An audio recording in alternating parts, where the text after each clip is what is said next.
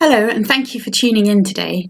Whether you're local to Bury St Edmunds and know it well, or whether you're perhaps from further afield and tuning into West Suffolk for a case study, I hope that there's something of interest to everybody. So I'm going to start with an outline of how we'll be looking at the relationship between the Abbey and the town today.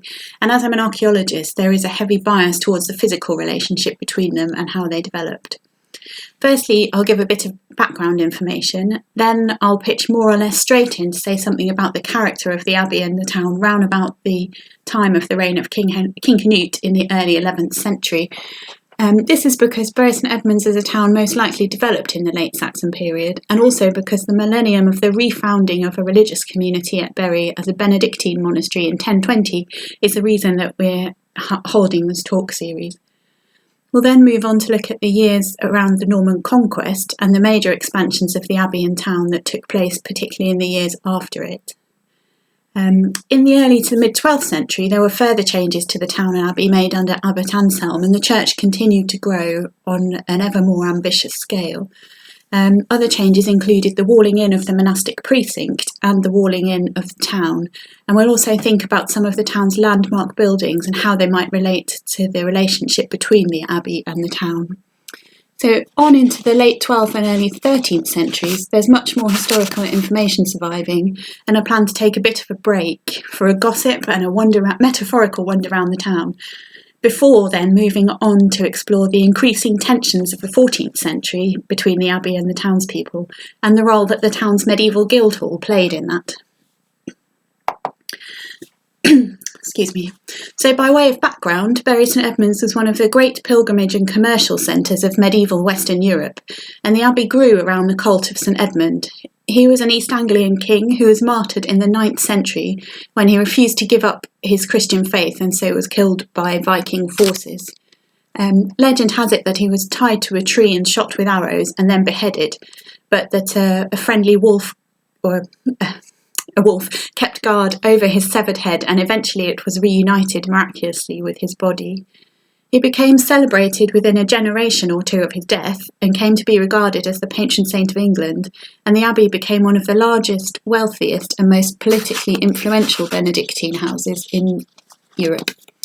The Benedictines were an urban order, although often founding and remodelling towns at their gates, and Bury St Edmunds is a town that grew up with its religious community. It didn't, for example, have a Roman predecessor. The townspeople grew wealthy serving the abbey and its visitors, so whether they be politicians, pilgrims or royalty.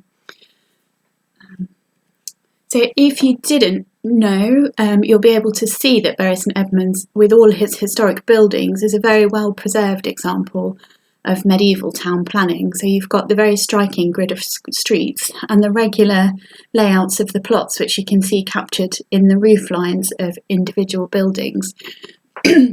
These are hallmarks of town planning across time and space, really.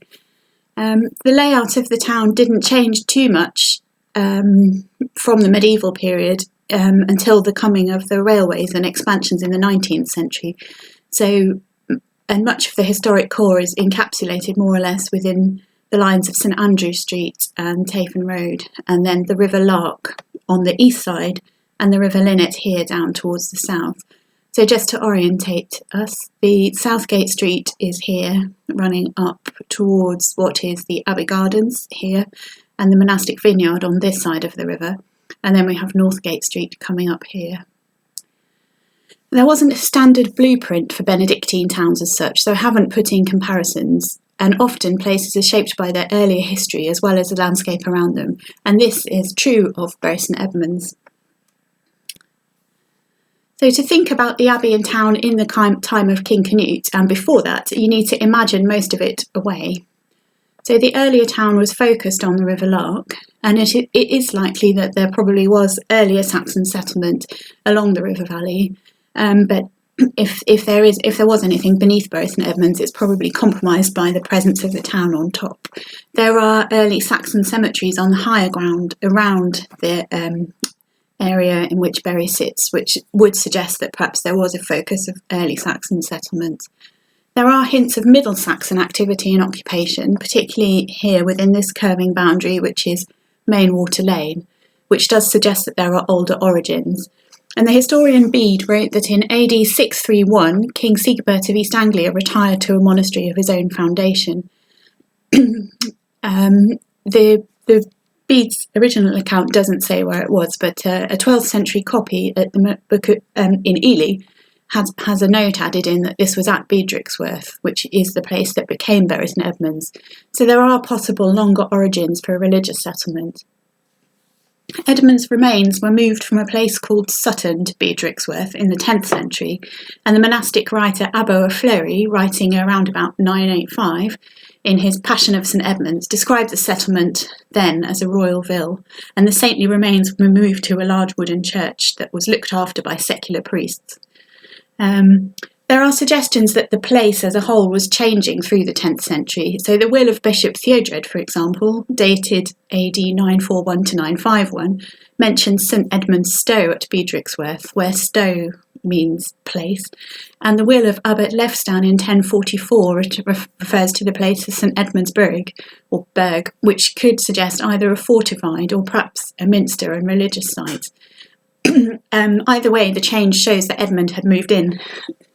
So Professor Sarah Foote in this talk series will lecture on the earlier history of the Abbey, but it's worth noting at this date that the Abbey was granted rights over a Banluca, which was an area roughly the same as the modern boundary of the borough. And this grant gave it certain rights, privileges and exemptions, including some normally crown rights, which were to contribute later towards troubles when the townspeople were struggling with being entirely under the rule of the monks. So this year we are celebrating the 1001st, which is hard to say, anniversary of the refoundation of the religious community as a Benedictine monastery by King Canute, which was a replacement of the secular priests looking after the church and shrine with a monastic community living under the rule of St Benedict. So under Canute's patronage, a stone basilica was built to replace the wooden church, as we heard Richard Hoggett discussing in the previous talk in the series, so just a plug there if you haven't seen it. And in 1032, the church was dedicated to Saints Mary and Edmund. It may well have been a rotunda along similar lines to the Round Church in Cambridge. And it's generally thought that this church stood near the later Romanesque church at Bury, as it is recorded that in 1085, Edmund's remains were translated through the south door of the old church into the new Romanesque church. And so the construction of the later medieval Lady Chapel in 1275 likely involved the demolition of the rest of it. So I've just marked with a star on the town plan here the location, and on the plan of the Abbey Church here the approximate location.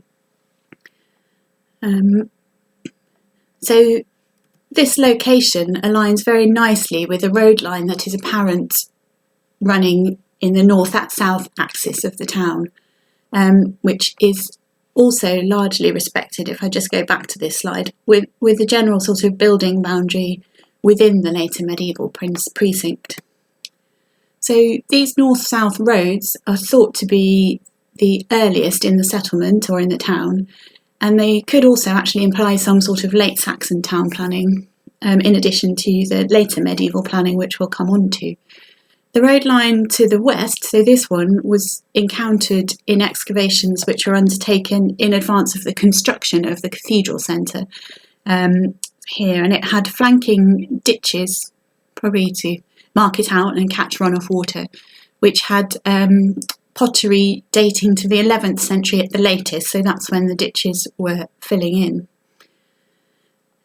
Generally, in the archaeology of the town, there is a distribution of finds of 9th to 11th century date where we have them sort of concentrated broadly in this band along the river, and although there have been a few excavations which have yielded pits and ditches and perhaps evidence of post holes for timber structural remains, apart from the cathedral centre, we haven't really had sufficiently large-scale excavations in the town centre or along the river to examine the early development of the town in detail.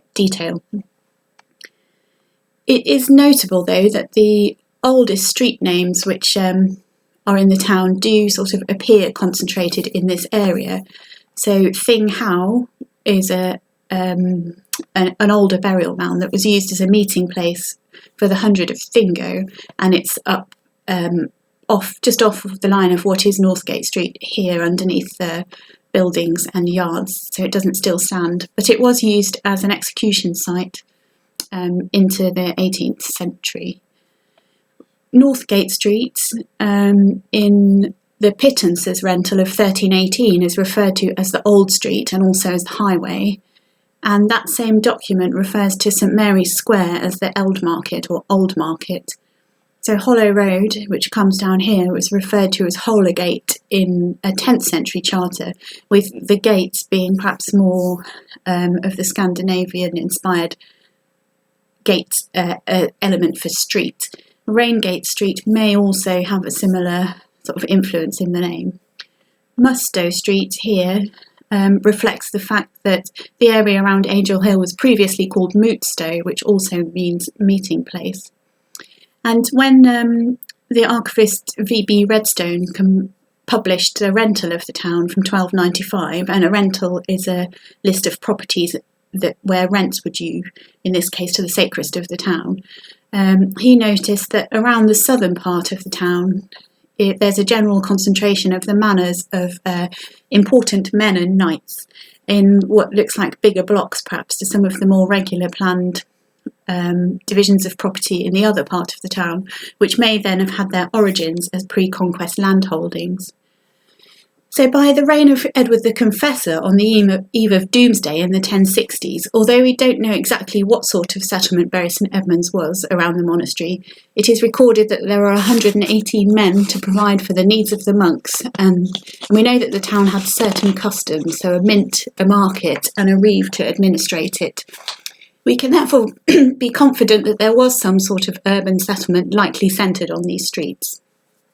Nonetheless, I'll read you one of my favourite quotes from the Victoria County History, written in 1911 by William Page, and he says, "The mint at Ipswich and the comparatively dense population may have given it something of an urban character, but here and in other Suffolk towns the rural element was still very strong, and there was a smack of the farmyard even about the burgess."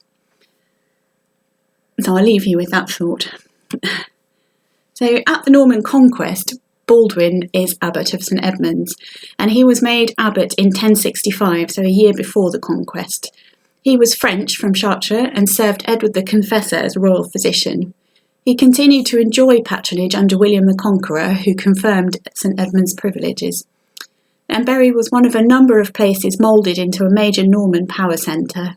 So for example, Durham, Peterborough, Glastonbury, and promoters of those schemes didn't really shy away from demolition and remodelling on a major scale and building over earlier parts of the town. So Norwich Castle is also built over earlier parts of the town there. So there was a major campaign of building at Bury St Edmunds, which saw the construction of a giant of a Romanesque church, which started at the East End. So in the Abbey Gardens here you can see from the air. The works also saw the construction of a parish church up towards this way. And the west end of the Romanesque church, again, you can see lines on the earlier roadway which would have run through the precinct. So some of the earlier elements do persist in the town planning. So Domesday Book notes that between the death of Edward the Confessor in 1066 and Doomsday in 1086, the settlement had been expanded with 342 houses constructed on land that had previously been under the plough. So with the grid of streets in mind, and bearing in mind the abbot's personal life as a royal physician and a member of court at Winchester, Westminster, Normandy, and perhaps the general artistic and political philosophical education of the monks, it's not inconceivable to seek to match those extra houses in the grid of streets, constructed as perhaps a monumental scheme alongside the abbey and the church, although drawing on other examples and influences of town planning from home and abroad. I've highlighted in orange the area in question, In fact, quite a lot of fun can be had in looking for patterns in the streets and trying different configurations.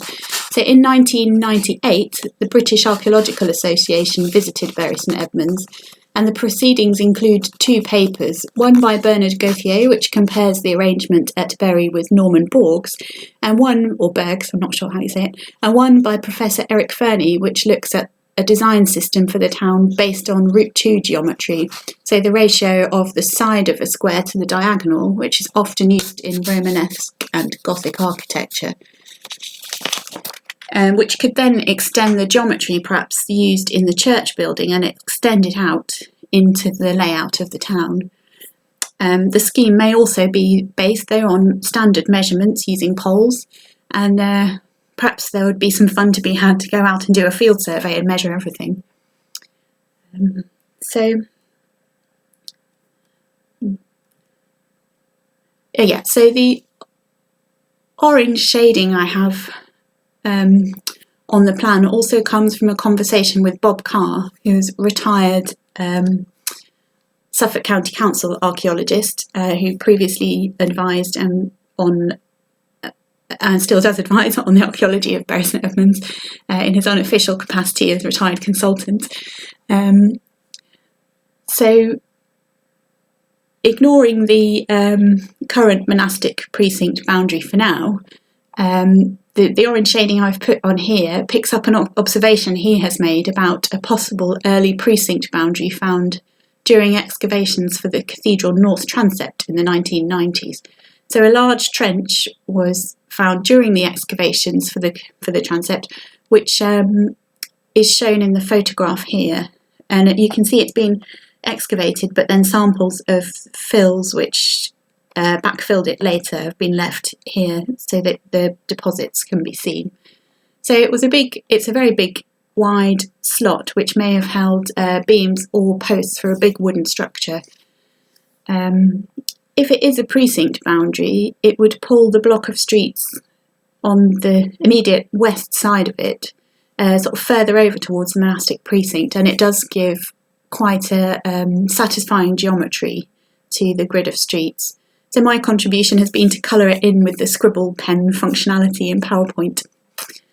Possibly lazily, and possibly because I thought about it possibly too much in my incarnation as a PhD student, I'm going to keep things simple and just reduce the interpretations down to a note here that overridingly there is a link between the town plan and the church, with the baseline of Churchgate Street acting as a centre line for the grid here of streets and the town. So unpicking the dating of elements of the street pattern in the time period which we're looking at, so late Saxon period through into the 12th century, where there were major redevelopments and expansion to the abbey site, is quite difficult because it's within a relatively short 100-year span, and the resolution of archaeological finds, particularly pottery, might not really provide sufficient resolution to try to look for stages of development. So it's hard to disprove or prove what might have been added when, apart from slowly building up evidence, especially when additions to the town plan could well be using the same geometrical and mathematical layout, so they might be sort of hidden within an existing scheme. So whilst we should be careful of treating the Domesday reference too simplistically to say that they were all within the planned grid of streets, it does represent speculative planning and development on a large scale, which is consistent with the remodelling of the church. I do think that the area to the north here is later, though, and relating to the infilling of the town defences, which we'll come on to, and the suburbs of to the east and the west and Risbygate Street were generally also built up later in the 12th to 14th century.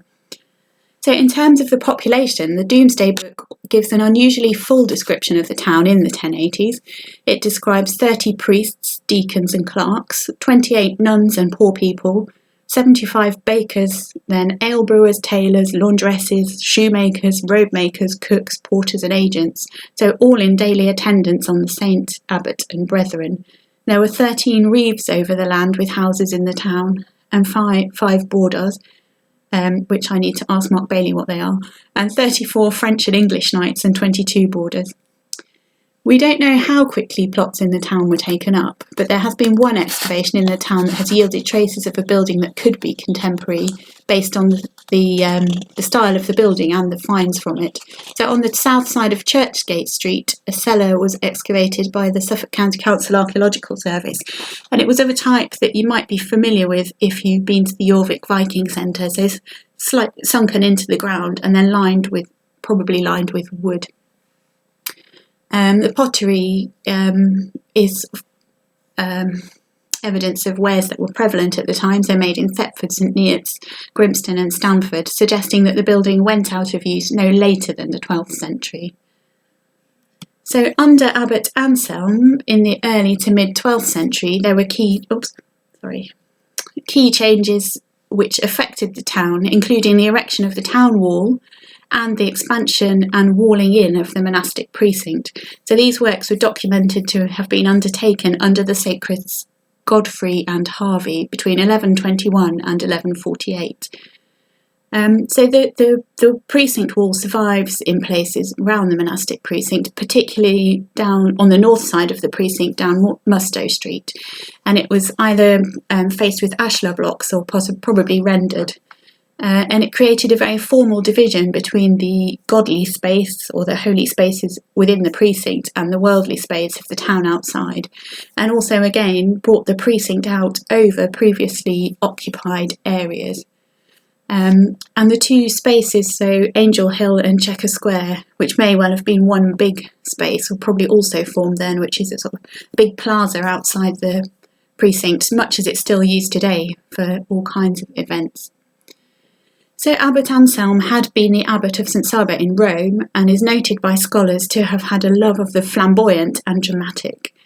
This can be seen in works at St Edmund. So the west front of the abbey, for example, was built much higher or built up and redesigned during his abbacy. So it was remodelled on a monumental scale to rival Winchester, Lincoln, Ely and Peterborough. The church of Saint Denis, which was started after the conquest, was demolished again to allow for the expansion of the west front to make it larger. And St James's Church, which is now the cathedral, was built in lieu of that. So today we come on to star building of the day number 1, which is the Norman Tower. This was built at the time in the second quarter of the 12th century when the monastic precinct was walled in, and it's now the bell tower of the cathedral. So it was also called St Edmund's Gate and referred to as being the west gate of the monastery, and it previously had a tympanum, which is a carved stone panel that would have filled in the arch, which depicted Christ in majesty. This was taken out in the 18th century to allow carts to pass through into the cemetery, because you can see the ground level was higher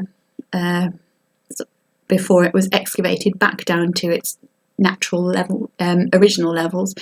And we don't know what happened to the tympanum.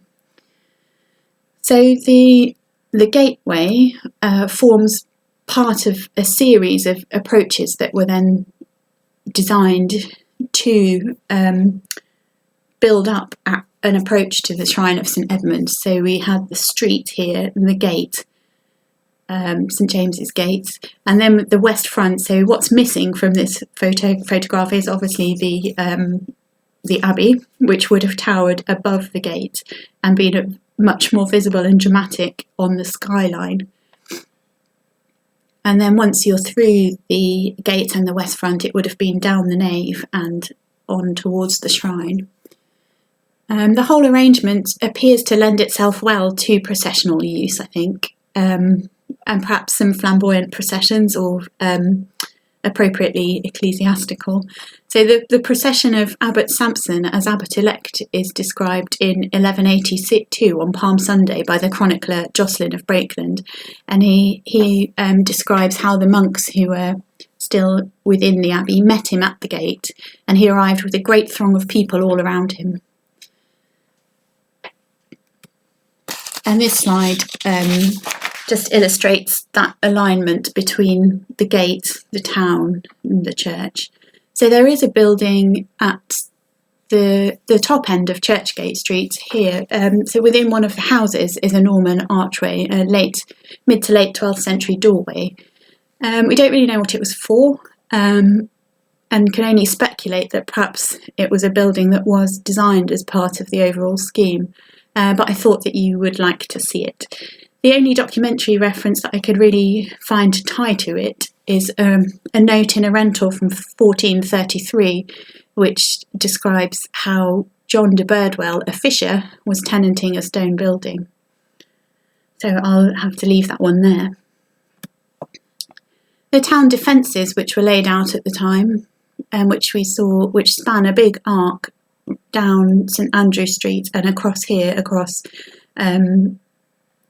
the water meadows and down towards the south gate, comprised a bank, in places, a bank, a ditch and a wall, and the sacred had to maintain those. I drew them in as red on the overall slide showing 12th century additions to the town, because we know that the walls were constructed at that date. But there is perhaps a similar problem in that the walls may well have been constructed to formalise or build on an earlier defensive scheme and circuit. There has been some pottery recovered from excavations of the defences, which has been early medieval, so from some of the soil layers of the bank and the ditch, so 11th to 13th century, but that doesn't really answer the question perhaps as to whether the defences were originally laid out after the conquest or in 1121 when we know the wall was built. Towards the south, the defences run through the water meadows. The land is much wetter, and I would think that the footpath which runs down Friars Lane and through the meadows is possibly a bank with a double ditch either side of it that's part of that defensive scheme. And as you then come out of the meadows, the pathway runs alongside an area called the Grindle, which was a further bank, and which still survives, although it's much smaller than it was when it was drawn by antiquarians in the 18th century. Towards the north, the town defences also came down to wetter areas towards the area that was known as Tafe Fen. So between 1761 and 1765, the town corporation ordered the demolition of all 5 of the medieval town gates to make access to the town easier and safer. And they did stand actually now largely where there are roundabouts. So sort of opposite ideas really, the gates controlling and restricting flow and the roundabouts intended to keep things moving. The gates are probably visible. This is an 18th century plan of the town drawn by Thomas Warren, and the gates are visible on it because it predated their demolition. They're shown as large structures, and they probably had supplementary chapels and rooms to go with them, and you might be able to find images of them online in historic prints. So on the west side of the town then, the defences ran down what is now St Andrew Street, and actually St Andrew Street itself is probably mainly over the infield large ditch. So there have been various excavations into the town defences as new development schemes have been undertaken on plots which affect them, particularly along St Andrew Street and Tafen Road, and they've shown the remains of the town bank to be up to 11 metres wide and 0.8 metres high within gardens or soil layers, and that the ditch is at least 12 metres wide and at least 4 metres deep. So the town wall may well not have been continuous along it, but in places big chunks of masonry had been pushed into the ditch to help fill it in, most likely also in the 18th century. So this was the site on Tafen Road, which was at the time Pickford's depot. I can't remember what's on it now. But chunks of the wall dropped in here, which show the sort of classic linear arrangements of flints which you see in the Abbey, were up to 2.2 metres high. And so the slides show samples into the ditch and sections through the fills that have gradually built up to fill it over time. So on this slide here where my cursor is, you can see the underlying chalk geology and then the sharp line which shows where the ditch has been cut through and backfilled with paler orange material, and then had successive fills to bring it all up to the current level, with St Andrew Street here over the top.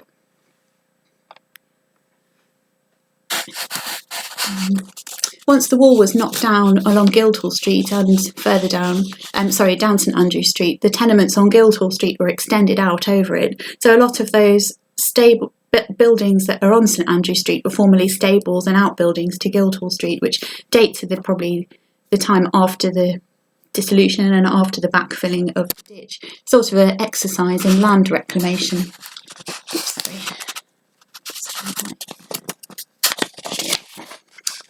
So there may well have been some statement making in the erection of the town defences, but the Battle of Fornham in 1173-4 may have been one of those times when peril presented itself. According to the account of Georgian de Phantom, in describing the Battle of Fornham, he says that Flemish mercenaries, mainly weavers, came for loot, for there's nowhere better provisioned than St Edmund's. The battle was fought between the army of Henry II and with Roger Bigod, and a rebel army which was commanded under the Earl of Leicester, supporting Henry II's son. So with the battle so close, defensive may have been needed to prevent any invasions. Right, so the marketplace may be earlier, but I'm talking about it now because, again, it was included within the walling in of the town in the 12th century.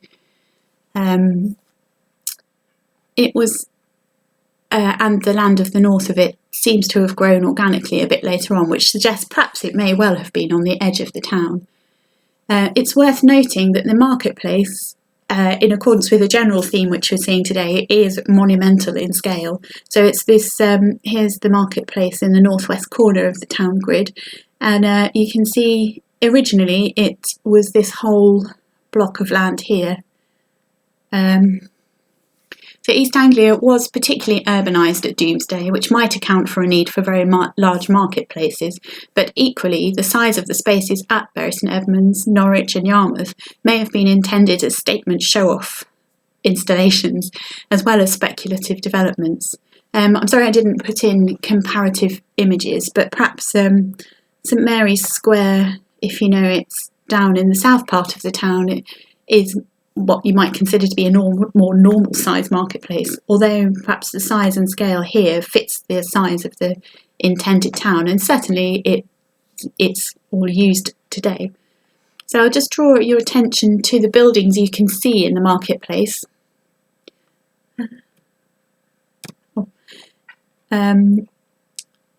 Here, so these sort of cigar-shaped plots are from. Sorry, I had a photograph of some buildings, but I've lost it. But all these buildings here, if you look at them, they're on small footprints and they're back to back, so they may well have had their origins from market stalls. Actually, you can see that. Oh no, here's my photo. It's okay. I thought I'd lost it. Yes, so you can see this is like the body shop building and the jeweller next to it, but they're back to back, very narrow. So they didn't have any other land to go with them, and they're small, regular units. So although it looks like the marketplace is filled in, it's probably filled in by more market type buildings, and these layouts have their origins back in the medieval period. So is also a picture looking up Skinner Street. It became a sore point in the later 12th century that burgesses in the town were erecting booths, stalls, shops and houses in the marketplace, for which the abbey saw no profit, because the markets were farmed out to reeves who paid fixed rates in exchange for managing and then harvesting any rates or fines or rents on their own account. So this, on the one hand, this just gives an example of how those market land layouts may have been fixed, so by the building of permanent structures, but it's also an indicator of the types of issues which led on to later civil unrest. So whilst we're in the marketplace, superstar building number 2 is Moyses Hall. So it is a rare example of a surviving Romanesque house, and it's another worthy of a flag for Bury St Edmunds. So it did actually have more Romanesque architecture and walls on the east side, but that part of the building, so the facade facing onto McDonald's, but the facade fell down in 1804. The Bury Past and Present Society has an online archive of images, and you can find more pictures and sketches of the building on there.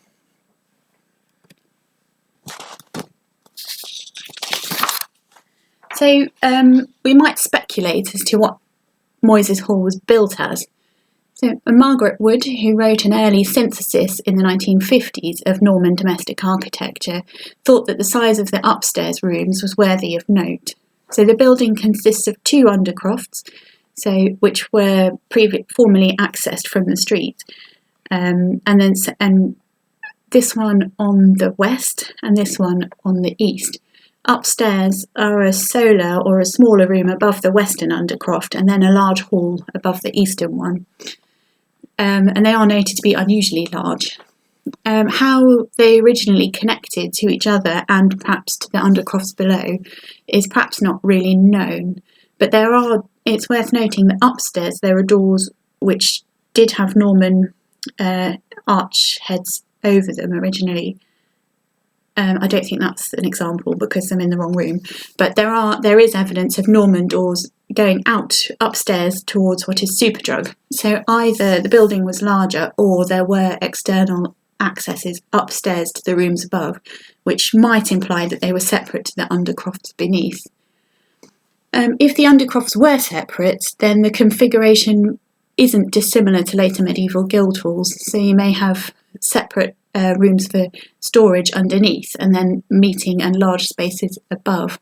And given that it's quite a large hall with sort of inbuilt surveillance of the market with these stone window seats, I think it's a valid question to ask whether Moyses Hall did serve a purpose as a more public building, perhaps involved in managing the market, but whether that was built by the abbey or by the townspeople, perhaps we'll never know.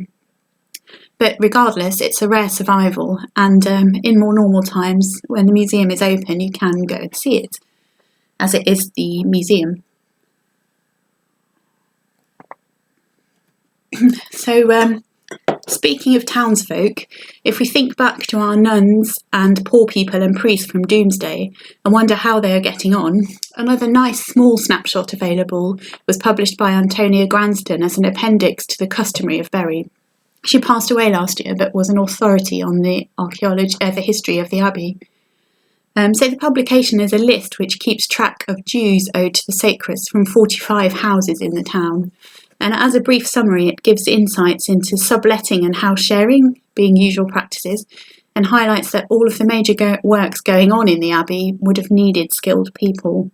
So amongst others, it lists Drury and Godwin, stonecutters, Edric Glazier, Osbert Smith, Hereward the carpenter, Lefstan the tailor, and robe trimmer, priests, goldsmiths and bakers.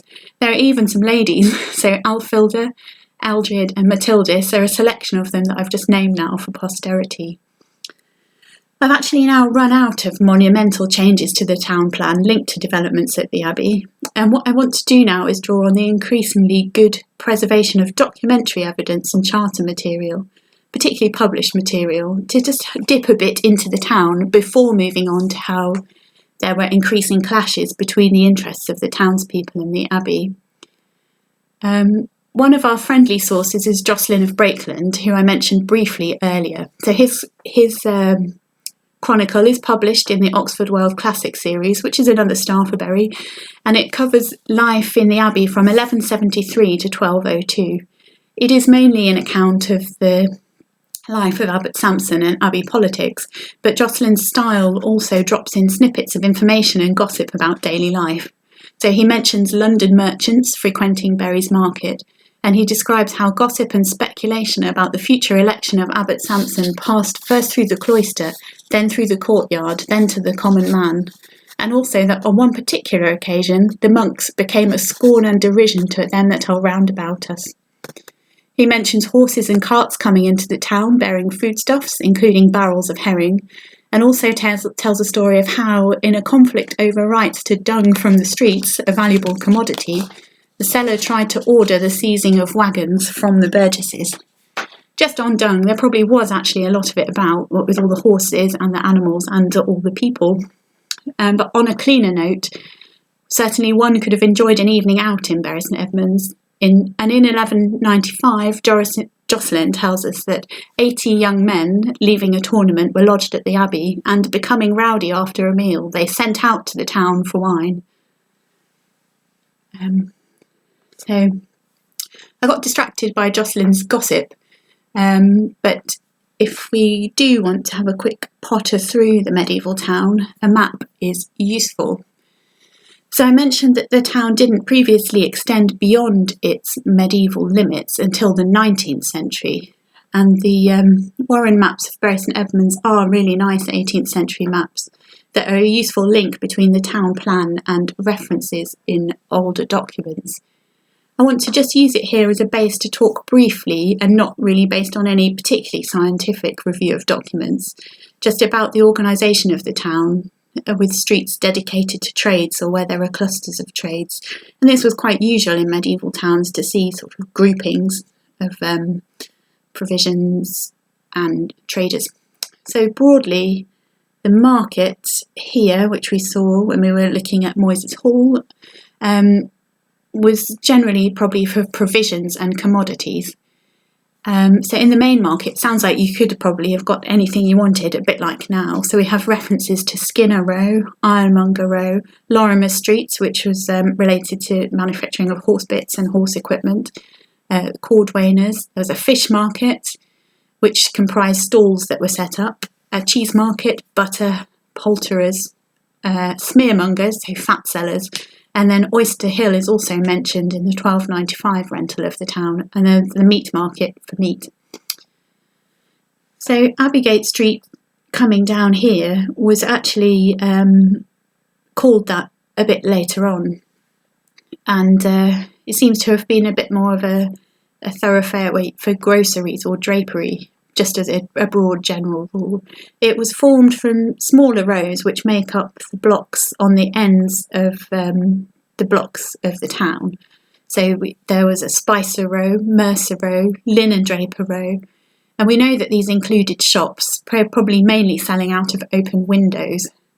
And some of the 12th and 13th century charters also include clauses which retain for the abbey or a landlord the right to access shop windows during the fair, so booting out the tenant and reclaiming back the most valuable commercial part of the building, so perhaps leaving them one window. And sometimes the clauses in the rent also give the landlord the right to re-let during the fair houses and buildings, probably to foreign and visiting merchants at much higher prices. So, regarding Cook Row, William Fitzstephen's description of London, circa 1123, reveals that fast food is not a new invention. And he says, there is in London on the riverbank a public cook shop. There eatables can be found every day, dishes of meat, roast, boiled and fried, coarser for the poor, more delicate for the rich. However great is the multitude entering the city or preparing to go out of it, at an hour they turn hither, and this is the public kitchen.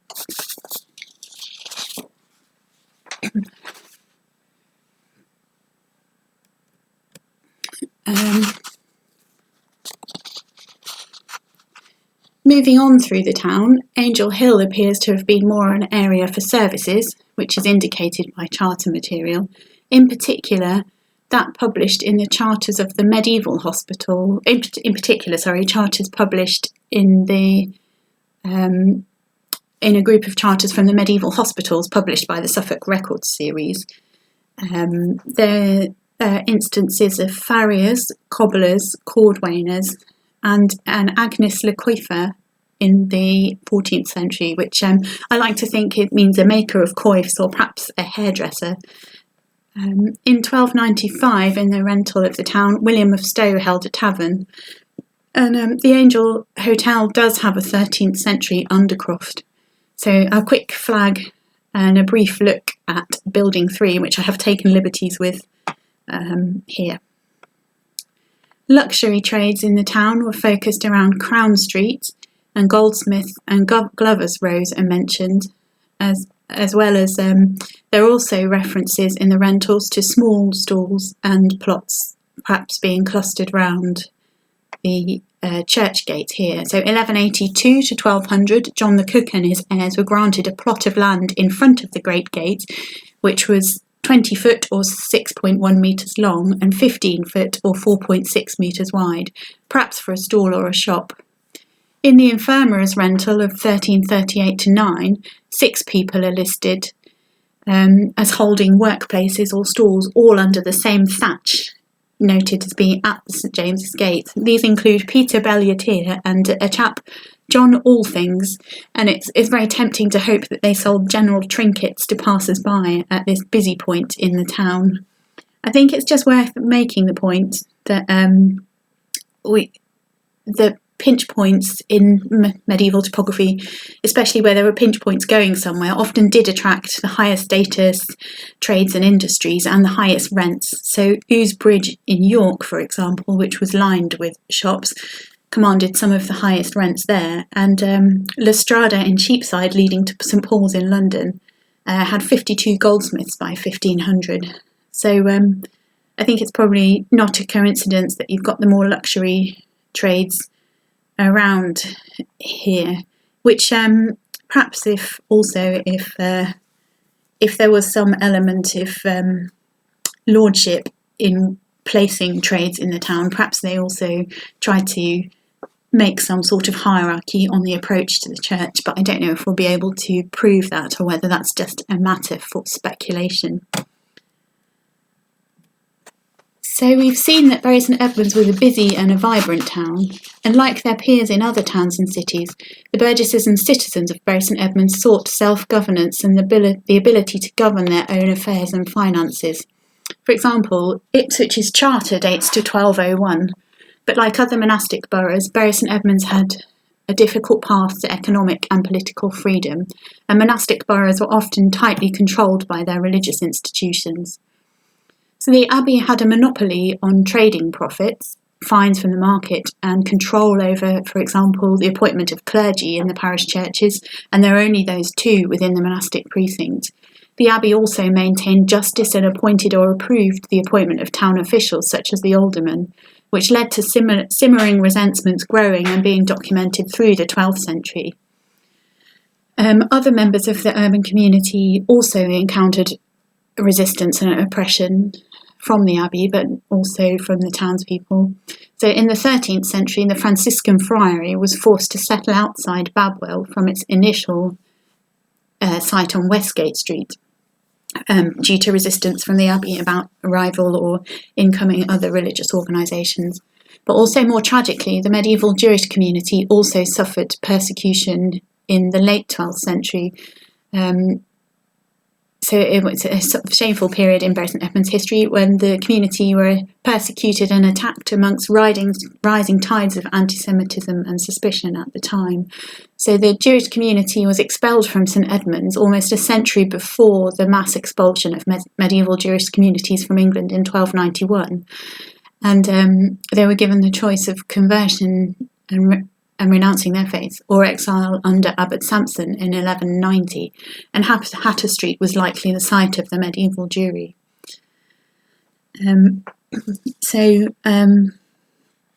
Bury had a guild merchant, and they did work as a corporate body. For example, in the late 12th century, they, as a communal effort, built a stone house in the town, and the rents from that they were going to use to pay the ancient rent of reap silver. So they'd agreed with the abbot that they could pay it off as one lump sum rather than individually being responsible for dues to the abbey. So this is Star Building number 4, which is the Guildhall. So this served as a meeting and community space for feasting and for business for the town worthies, and it's still the Guildhall today. So underneath the 18th century brick facade and inside the 15th century porch the solid fabric of the building is that of the 13th century hall. and so a big, large hall, potentially earlier, late 12th century. This reconstruction shows the original windows, and also that in the 13th century it would have had a much more steeply pitched roof. And we can also see the doorway which survives within the porch. So just to show some of the evidence for those features, this is the back wall of the Guildhall, and it shows the neat lines of flint, which is characteristic of 12th, 13th century flint work in the town. And you can see here, this is a later sash window, but just under the tree you can see a blocked window. So the flint, the pattern of the flint work is quite different, which means you can still see the outline of the window there. And then other windows may have been replaced by the sash windows. This slide shows the thickness. In this one you can appreciate the thickness of the walls, and you can also see that on a detailed plan by one of the Warren family here, and it might suggest that the windows at this end of the hall were larger. There's a blocked lancet window in the gable up in the roof space also, which again shows the original splaying to the window and the original fenestration. So this is the Guildhall's ornate 13th century doorway, constructed around about 1220, and the central location of it is perhaps distinctive in terms of the overall look of the architecture. So it's central rather than perhaps indicative of more hierarchical ordering of medieval architecture. But that might also be because of the nature of the building, so it just needed a door into it. The Great Yarmouth Toll House, though, also has an ornate doorway, and they're perhaps elaborated to show that they're on the way into the inner sanctum of town affairs. Whether by accident or design, the Guildhall is sort of at the opposite end of the town to the Abbey in the urban geography, and it could either be that it's sort of an idealised location, showing town and gown and the different but opposite, the different roles that they may have, or perhaps a negative turning of the back on the Abbey, depending on how you spin it. It does take up the equivalent of 5 plots, so it did take up perhaps valuable frontage at the time. And like others, such as the medieval London Guildhall, there is evidence for an enclosing wall around it, or around its yards, especially at the back.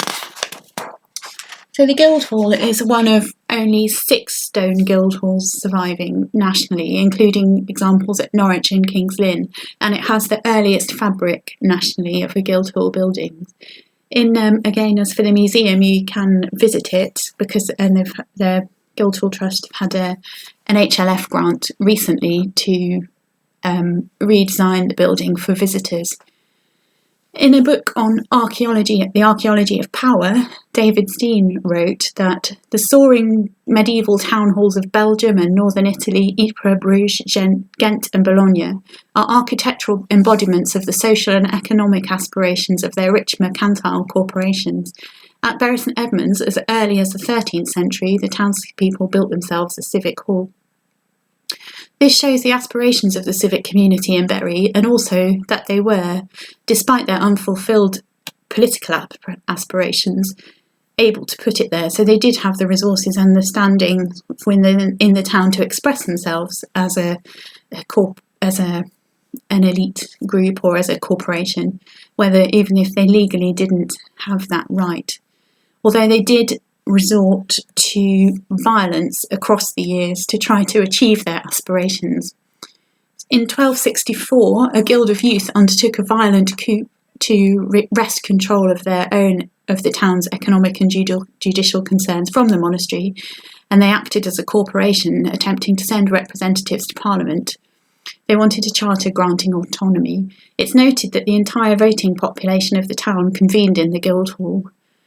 And the fallout from this triggered a 40-year legal dispute, and eventually royal judgment came down on the side of the Abbey that the townspeople had no right to operate as a guild merchant or a corporation. And in 1305, they pledged that they would pay 500 marks and 50 barrels of wine if they rose against the Abbey, although they were later to seek cancellation of this, which leads us into the simmering tensions.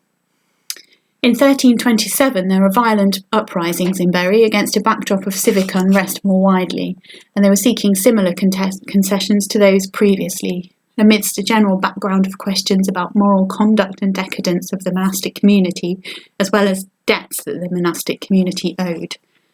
So details of the proceedings are recorded in legal documents. In January 1327, there was political and social turmoil when Edward II was deposed in favour of his 14-year-old son Edward III, and burgesses in London revolted against the crown. They sent out emissaries to stir up trouble in other places, including the taverns in Bury St Edmunds, and other boroughs also, such as St Albans and Abingdon, also revolted and tried to force charters and rights violently from their monastic landlords. So in Bury, townspeople broke into the abbey, roughly handled the monks and their servants, plundered their offices, took off with registers, documents and charters, which meant that the abbey lost proof of their rights and privileges. So the abbot was in London, but the rebels imprisoned the prior and monks, elected a new alderman and gatekeepers, so ones not approved by the monastic community, and forced the prior to produce a charter amidst general plunder and destruction. So the abbot returned and under duress put a seal to the charter, although when this was taken to London by him to the royal treasury, instead went to Parliament to plead a case that it had been forced out of the monastic community. When this was reported back by burgesses who'd gone with him to London, there was renewed rioting in February of 1327, and a royal intervention was sought to settle disputes, which was quite a long, prolonged process and involved royal guardians being appointed to keep an eye on things. So general plundering and violence continued throughout 1327, with crimes such as fishing of monastic fish ponds, mowing their meadows. And in October, the burgesses complained that the monks had attacked them whilst in church. And that, with that, the whole town rose up, and it's a very volatile social situation. Large parts of the abbey were burnt, including the gates, offices and property in the town and in the manors. And the gate is quite significant because there would have been possibly a similar design, but an equivalent earlier gate to the Norman Tower off of Angel Hill. In peace talks, Alderman John de Burton asked the whole monastic community to attend, and then proceeded to imprison 24 monks for a week in the Guildhall. And the sheriff's forces and the Marshal to England, Thomas, Earl of Norfolk, were involved in peacekeeping, and threats of excommunication were made. So the troubles rolled on through 1331, including a kidnap of the abbot in 1329. The results were huge fines to pay for the damage, and the rebels and townspeople were forced to return charters and papers. The burgesses were promised a lease from fines for thousands of pounds if they did not rise up again, and swore that they were not a corporate body. And the abbot and convent had their rights reconfirmed by royal charter. So, as part of that process, or following on from that, the Abbey Gate was rebuilt. So this is the Abbey Gate as we see it today, which dates to 1346 to 1353, based on the designs of the shields and heraldry within it. And it was also built with slightly militaristic-looking features, as well as probably statues and a more religious look. But it may well have sent messages to the townspeople. In 1933, Mary Lobell, who published deeper studies of the government of Bury St Edmunds, noted that the outcome of the rebellion and the town's failure to get support for the charter that they sought and extorted from the abbot and convent effectively ended their hopes of being recognised as an incorporated town. And although it was still a very wealthy late medieval town, they never did get a grant of independence. So in 1569, the pre-Reformation Candlemas Guild essentially took over government of the town following the dissolution, and Bury St Edmunds didn't become a borough until 1601. There were further riots in 1381, which showed ongoing tensions with the monastic community, and again rising tensions related to national events, the Peasants' Revolt, revolt, sorry. But I think this is a subject perhaps for Mark Bailey's talk later in the series. Also, I've spared you quite a lot of the gory and interesting details of the rebellions, but the tour guide, Bury tour guides have included a walk in their range called the Dark Side of the Abbey, and were kind enough to give me a preview. So just a flag there that once things are back up and running, there's an interesting tour to be had. So we've seen the town grow as the abbey grew, with increasing size and wealth for each, and but that things did come to a head with tensions in the 14th century as they sort of rubbed up against each other, and there was a desire for the Burgess community for much more independence. I'd like to conclude with a couple of general comments, perhaps about less tangible matters. So one is something which would perhaps have formed a backdrop of daily life for the medieval citizens, which is the general purpose of the abbey was a place for prayer and intercession with the saints. And so maintenance of it, I'd like to think of it in the medieval concept as sort of a spiritual engine, which was keeping souls on the straight and narrow. And also within that, the relics of Edmund were probably a sort of tangible, a physical presence that people may well have been aware of in the church.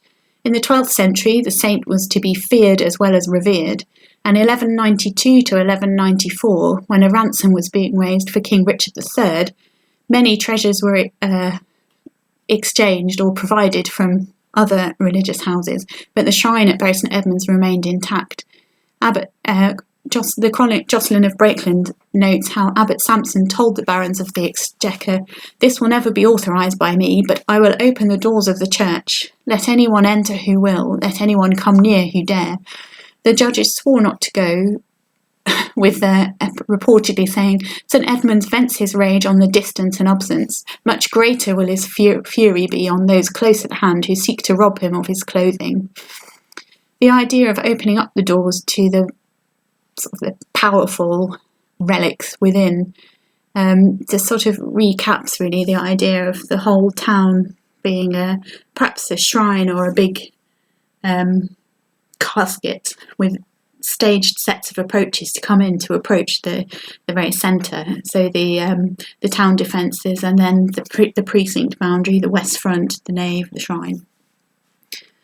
The second point that I just wanted to comment on is the town plan is designed to accommodate people, which sounds a bit obvious, but there were important feast days and festivals when traders and pilgrims flocked to the town, such as the Cloth Fair in November. And Anselm's Charter of 1130, for example, required on the feast day and for the 12 days of Christmas 2 men each night and 2 men each day for each of the town gates, instead of the usual 1 gatekeeper, which suggests that they had lots of people to manage. So the church as an ambulatory shrine that could be walked around, so that with a shrine in the middle and space around it, would have enabled management of flow, something which we're all too familiar with at the moment due to the current COVID-19 restrictions. And whilst crowds, of course, are something we're not partaking in at the moment, the Christmas fair is always... I always enjoy the Christmas fair because it sort of seems that it gives an opportunity for the town plan to come into its own, with all those spaces full up, and so with funneling people at the gates and gathering people, shops and stalls in those very spaces which were created for that purpose in the medieval period. So again, it's like a machine operating at its full capacity. So just to conclude, the town at the gates of the abbey is one of its legacies, and also there are other legacies scattered throughout the town in all of the fragments of stonework that have been rebuilt into the town buildings. And hopefully in better days we can go back to enjoying visiting the town again. So just as an acknowledgement, thank you all for listening, but also I'd like to thank Terry O'Donoghue from the Bury Town Guides. Jane Carr and Carol Roundtree both have helped with the logistics of producing the talk. Bob Carr for advice and images. Rachel Clover and Sarah Friswell at St Edmundsbury Cathedral also for technical help and advice from Richard Hoggett Heritage. And the Historic England Archive for granting permission to use images. I'd just finally like to draw your attention to upcoming talks as part of the series, where you can find out more information about the work of the partnership. Richard Hoggett's talk is available on YouTube if you follow the link here from Rise to Ruins, as will this talk. And the next talk on the 27th of February is Professor Sarah Foote on patrons and benefactors of Bury St Edmund's Abbey, 900 to 1086. And then on the 27th of March, Mark Bailey on the Abbey of Bury St Edmund's and the history of Suffolk. There's also further links here for further information about the partnership. Thank you again.